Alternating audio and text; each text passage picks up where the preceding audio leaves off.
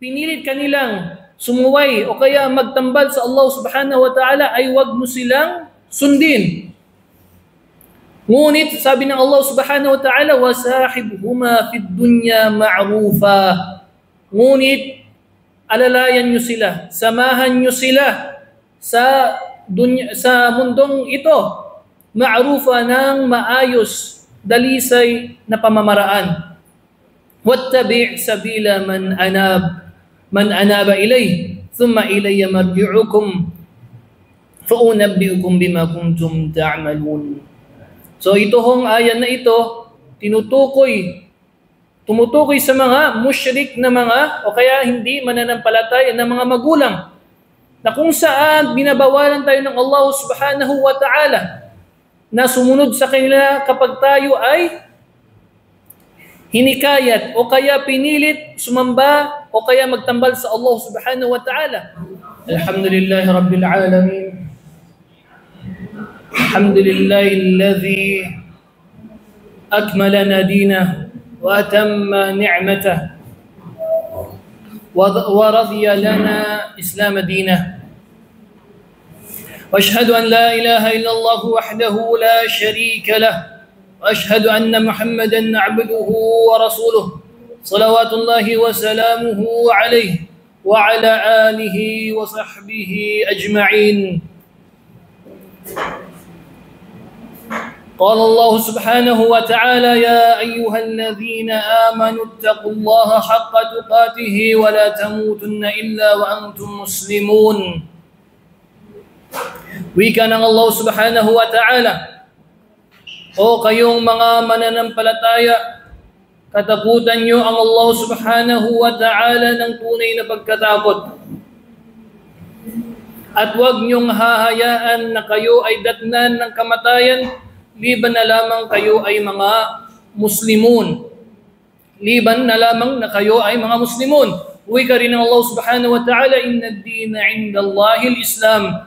Ang relihiyon ng Allah subhanahu wa ta'ala na ipinagkaloob sa sangkatauhan at mga jin, ito na ang Islam.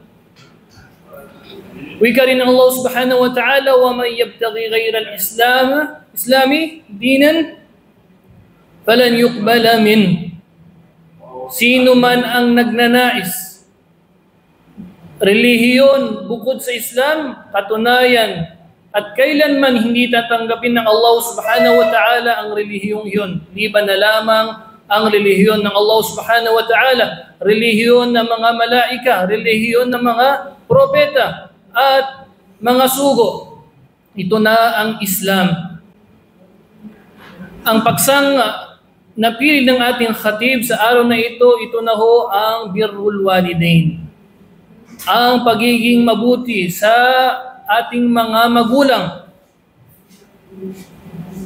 Nagsimula ang ating khatib sa ayat ng Allah subhanahu wa ta'ala, وَقَضَى رَبُّكَ أَلَّا تَعْبُدُوا إِلَّا إِيَّهُ وَبِالْوَالِدَيْنِ إِحْسَانًا إِمَّا يَبْلُغَنَّ عِنْدَ الْكِبَرِ أَحَدُهُمَا أَوْ كِلَاهُمَا فَلَا تَقُل لَّهُمَا عُفٍّ ولا تنهرهما وقال لهما قولا كريما. At itinagubilin sa inyo ng Allah subhanahu wa ta'ala ang sambahin ng Allah subhanahu wa ta'ala, lamang ang Allah subhanahu wa ta'ala, at kayo ay maging masunurin sa inyong mga magulang. Respetuhin nyo ang inyong mga magulang, at kapag sila ay inabutan na ng matandang edad, nararapat sa inyo ay hindi kayo magsalita sa kanila ng o wikang o pamaraan na hindi kaaya-aya sa inyong mga magulang. Wala tanharhuma, at huwag nyo silang tabuyin, sapagkat sa panahong na yon sila ay mga mahihina, marami na silang kailangan. Huwag nyo silang tabuyin. Wa qala lahuma qawlan karima, at magsalita kayo, magbigay kayo ng mga salitang mainam para sa inyong mga magulang. Ang pagsunod, pagrespeto, ang pagdakila sa ating mga magulang ay, sabi ng mga ulama, na mula sa Quran at sa Hadith, meron itong 5 umur. 5 bagay na dapat nating isipin o kaya bilang pamantayan kung ano nga ba yung tinatawag na birrul walidain. Binanggit ito ng khatib, ang 5 umur na ito, 5 bagay na ito. Ito na ho yung pagtaa sa ating mga magulang. Ito yung pinakauna. Pangalawa, wal ihsan, at pagiging mabuti sa ating mga magulang. Pagsunod at pagiging mabuti sa ating mga magulang, na kung saan tayo ay makikipag-usap sa ating mga magulang sa pinakamainam na paraan. Pangatlo, ang pagtawadu, ang pagpapakumbaba sa ating mga magulang. Iwasan natin ang magmataas tayo. Hindi porket nakamit na natin o kaya tayo na yung gumagastos sa kanilang mga pagkain at mga medisina. Manitili tayong nasa ibaba na kung saan sa panahon na tayo ay mahina, nandyan sila. Sila yung nag-aruga sa atin, umagapay sa atin, na kung saan tayo ay mga mahina, nangangailangan ng kalinga mula sa ating mga magulang. Pang-apat naman, khafdus sawt, ang pagpapakumbaba ng ating mga boses. Kaya gaya ng sa ayat na yun, ayat na ating nabanggit, wala taqul lahuma uff, at wag kayong magsasalita sa kanila ng uff. Ano yung uff? Yung hindi pagrespeto. Ito yung uff, parang kung baga sa Pilipino, kaya naiinis tayo kapag tayo ay inutusan. Ito yung pinakamababaw. Paano pa kaya yung mas mataas pa doon? Mas lalong hindi na dapat. At bilang pang-5, ang dua. Ang pagdudua natin para sa ating mga magulang na makukuha natin sa ayat na nabanggit natin. Nakadalasan nating naririnig. Allahumma arhamhuma waladayna kama rabbayani saghira. O Allah, kaawaan nyo ang aming mga magulang tulad na lamang ng pagkaawa nila sa amin nung kami ay mga maliliit pa.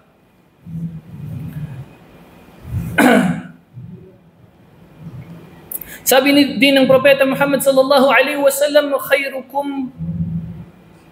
khairun li ahli. Khairukum li ahli. Ang pinakamainam sa inyo, pinakadalisay sa inyo, sila na yaong mga taong mainam sa kanilang pamilya, lalong-lalo na sa kanilang mga magulang. Sabi din, nabanggit din,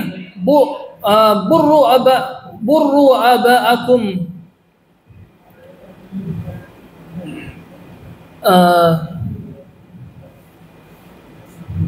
Taburrukum abnaakum. Taburrukum abnaukum. No?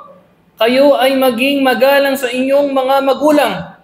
Sapagkat kapag kayo ay magiging marespeto sa inyong magulang, ay ganun din ang magiging trato ng inyong mga anak. Ganun din sa mga hadith ng Propeta Muhammad sallallahu alaihi wasallam, na kung saan sinabi ng Propeta Muhammad sallallahu alaihi wasallam, ala unabbiukum bi akbaril kaba'ir. Ala unabbiukum bi akbaril kaba'ir. Hindi ba't ako ay nagbigay sa inyo ng babala patungkol sa mga dakilang mga kasalanan? Ito na ang isyraku billah, ang pagtambal sa Allah subhanahu wa ta'ala, at uququl walidain, at pagiging mabagsik, hindi nagre-respeto sa mga magulang. At sabi din ng Propeta Muhammad sallallahu alaihi wasallam, thalathatun la yanzurullahu ilayhim yawmal qiyamah. Tatlong klase ng tao na kung saan hindi tigtignan ng Allah subhanahu wa ta'ala sila sa yawmal qiyamah, sa araw ng paghuhukom. At nabanggit dito, al-aaqu liwalidayhi, ang pagiging bastos hindi marespeto sa kanilang mga magulang.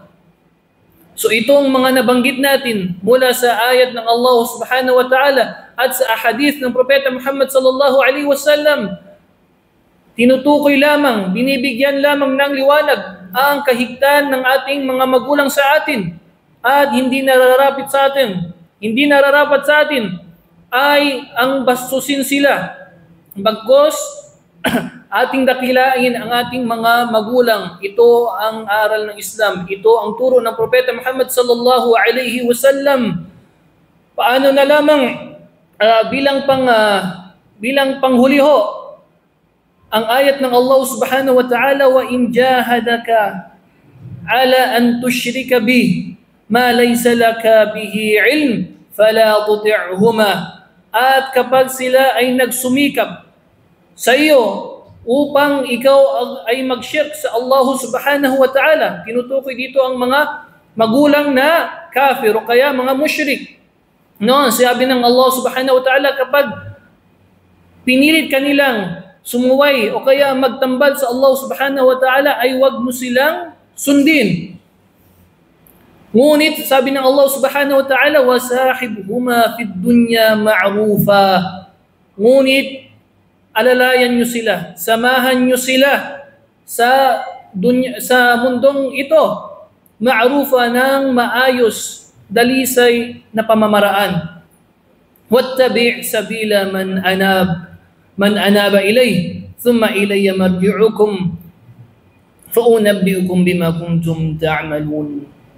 So ito hong ayan na ito, tumutukoy sa mga mushrik na mga o kaya hindi mananampalataya na mga magulang, na kung saan binabawalan tayo ng Allah subhanahu wa ta'ala na sumunod sa kanila kapag tayo ay hinikayat o kaya pinilit sumamba o kaya magtambal sa Allah subhanahu wa ta'ala. Mula doon, hindi pa rin tayo nararapat na maging bastos sa kanila. Bagkus sabi ng Allah subhanahu wa ta'ala, wasahibhuma fid dunya ma'rufa. At kayo mga mananampalataya, samahan nyo ang inyong mga magulang sa maayos, dalisay na pamamaraan. At huwag kayong magbastos sa kanila. Iwasan nyo ang pagtataas ng inyong mga boses sa inyong mga magulang. Paano na lamang sa mga magulang na Muslim? Ito tinutukoy yung mga mushrik na magulang. Paano na lang kapag yung magulang ay mga Muslim? Mas mahigpit pa yung dapat nating pagsunod sa kanila. Marahil doon na lamang ho. Naway may napulot tayong aral sa araw na ito. Wallahu a'lam, sallallahu wa sallam wa baraka ala khairi khalqihi nabiyyina Muhammad. Subhanaka Allahumma bihamdik, asyhadu an la ilaha illa anta wa astaghfiruka wa atubu ilaik.